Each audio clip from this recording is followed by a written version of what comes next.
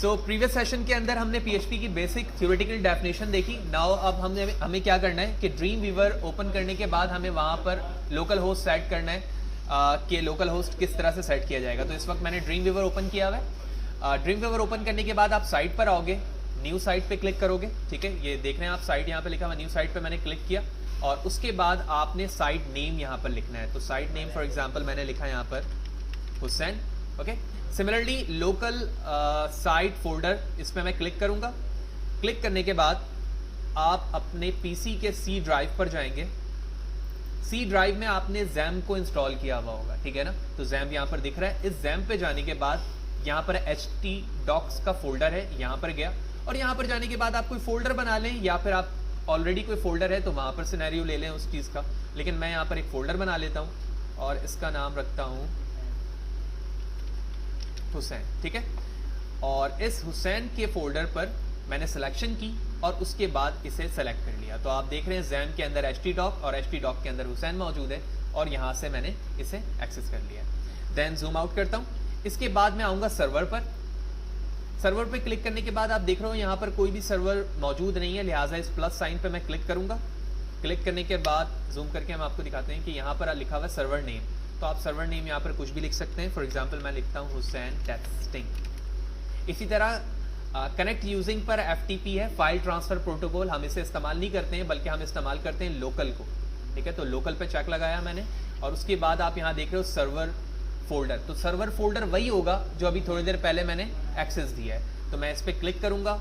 इसके बाद आप देख रहे हो मैं हुसैन में ही मौजूद हूँ, लिहाजा मैं डायरेक्टली क्या कर लूंगा, इसे सेलेक्ट कर लूंगा। सेलेक्ट करने के बाद आप देख रहे हो कि वेब URL लिखा हुआ है। वेब URL पे सबसे पहले मैं लिखूंगा लोकल होस्ट स्लैश, उसके बाद आप अपने फोल्डर का नाम रख दें जो पहले आपने रखा था और मैंने रखा था उसका नाम हुसैन, ठीक है। हुसैन टेस्टिंग मैंने सर्वर नेम रखा है, लेकिन जब मैंने फर्स्टली साइट बनाई थी तो वहां पर उसका नाम मैंने हुसैन रखा था, तो वही मैंने यहाँ पर लिख दिया। देन इसके बाद मुझे क्या करना है, एडवांस पे जाना है। एडवांस पे जाने के बाद ये लिखा हुआ है मेंटेन सिंक्रोनाइजेशन इंफॉर्मेशन, इसे मैं हटा दूंगा और इसे यस करूंगा। इसके बाद सर्वर मॉडल पर आऊंगा और यहाँ से सेलेक्ट करूंगा PHP MySQL, क्योंकि मैं PHP के लिए ये चीज़ बना रहा हूँ। तो मैंने यहाँ पर PHP किया और हमें पता है कि हम ड्रीम वीवर को मल्टीपल टेक्नोलॉजी के लिए इस्तेमाल करते हैं, यानी ASP के लिए भी करते हैं, HTML के लिए भी करते हैं, ठीक है, एंड डिफरेंट प्लेटफॉर्म के लिए करते हैं जैसे कि यहाँ पर मेंशन भी है। लेकिन इस वक्त हम PHP के लिए कर रहे हैं, लिहाजा मैंने PHP को यहाँ से सेलेक्ट किया। उसके बाद मैं इसे सेव करूँगा। सेव करने के बाद आप देख रहे हो यहाँ पर सर्वर नेम एक्टिव है। मैं रिमोट नहीं कर रहा हूँ बल्कि टेस्टिंग के लिए कर रहा हूँ, लिहाजा मैं यहाँ से रिमोट हटाऊंगा, टेस्टिंग पर चेक लगाऊंगा और उसके बाद सेव कर दूंगा। तो जैसे ही मैंने सेव किया आप देख रहे हो यहाँ पर एक फोल्डर बनकर आ चुका है, ठीक है, और इसमें कुछ भी मौजूद नहीं है। लिहाजा इस फोल्डर पर राइट क्लिक करता हूँ और न्यू फाइल पर जाता हूँ। तो आप देख रहे हो खुद ब खुद एक्सटेंशन PHP लिखा हुआ है। लेकिन अगर आप ये लोकल होस्टिंग नहीं करते हैं तो डॉट के साथ PHP मेंशन होता है हमेशा, लेकिन इस वक्त वहाँ पर .php है, .html की जगह।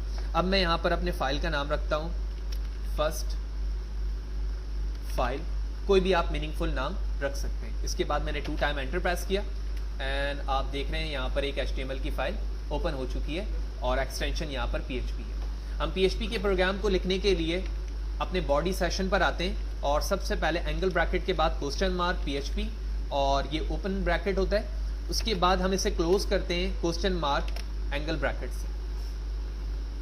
तो इस बॉडी के अंदर जो चीज़ें आप लिखेंगे वो PHP के अंदर काउंट होगा, यानी जो काम कर रहे हो आप वो PHP पे होगा। लिहाजा सबसे पहले हम यहाँ पर किसी चीज़ को टेस्ट करने के लिए echo लिखते हैं।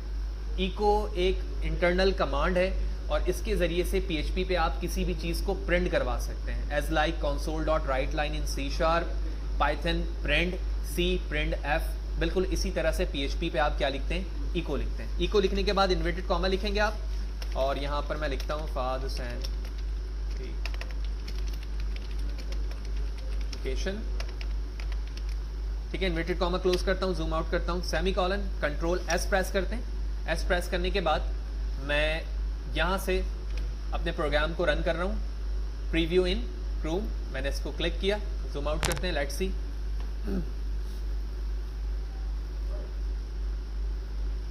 इट्स सक्सेसफुली रन और आप देख रहे हैं कि होस्टिंग जो एड्रेस है हमारे लोकल होस्ट का वो लिखा आ रहा है यहाँ पर लोकल होस्ट, और ये वही एड्रेस है जो मैंने HTTP प्रोटोकॉल के आगे लिखा था, यानी लोकल होस्ट मेरे हुसैन फोल्डर का नाम है और उस फोल्डर के अंदर जो मैंने फाइल बनाई है वो, और आप देख रहे हो कि वही टेक्स्ट लिखा हुआ आ रहा है जो मैं यहाँ पर लिखा है। अब मैं इसमें चेंजेस करता हूँ, स्पेस देकर 1 2 3 control S, web browser already open है, इसको रिफ्रेश करता हूँ तो आप देख रहे हैं इसके बाद ये चीज़ें यहाँ पर मेंशन हो रही है, यानी हम सक्सेसफुली एक PHP की फाइल के लोकल होस्ट की सेटिंग ड्रीम वीवर पे कर चुके हैं। अब सवाल ये है कि यहाँ पर ये लोकल होस्ट किस तरह से रन हो रहा है। जैसे कि पहले जिक्र किया कि हमें सबसे पहले एक XAMPP सर्वर या WAMP सर्वर की ज़रूरत होती है, तो मेरी मशीन पर वो ऑलरेडी इंस्टॉल है। अगर आपकी मशीन पे नहीं है तो आप उसे इंस्टॉल करेंगे XAMPP कंट्रोल पैनल के नाम से, ठीक है। मैं इसे ऑलरेडी ओपन कर चुका हूँ। ओपन करने के बाद ये आपको इस तरह से दिखेगा और यहाँ स्टॉप और स्टॉप की जगह पर स्टार्ट लिखा हुआ होगा, तो आप इन दोनों को क्लिक करके इसे एक्टिव करेंगे। ये इसका पोर्ट नंबर है, ठीक है। ये जब तक एक्टिव नहीं होंगे, यानी जब तक इन दोनों पे स्टॉप लिखा हुआ नहीं होगा, तो इसका मतलब ये दोनों एक्टिव हैं। तो एक्टिव होने के बाद ही जब आप अपने प्रोग्राम को रन करोगे तो ये इसका आउटपुट दिखेगा।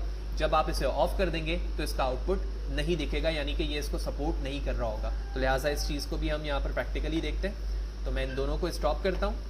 स्टॉप करने के बाद हम अपने पेज को रिफ्रेश करते हैं। आप देख रहे हो कि इस वक्त ये उसको सर्च कर रहा है सर्वर को, और हमारी जो स्क्रीन का आउटपुट था वो इस वक्त वहाँ से वैनिश हो चुका है, आउट हो चुका है, क्योंकि वो सर्वर को सर्च नहीं कर पा रहा है जो उसको सपोर्ट करेगा। तो इस सेशन पे हमने देखा कि ड्रीम वीवर पर हम लोकल होस्टिंग किस तरह से सेट करते हैं PHP के लिए, XAMPP सर्वर क्या करता है, XAMPP सर्वर को एक्टिव करने के बाद हम किस तरह से अपने PHP के फर्स्ट प्रोग्राम को रन कर सकते हैं।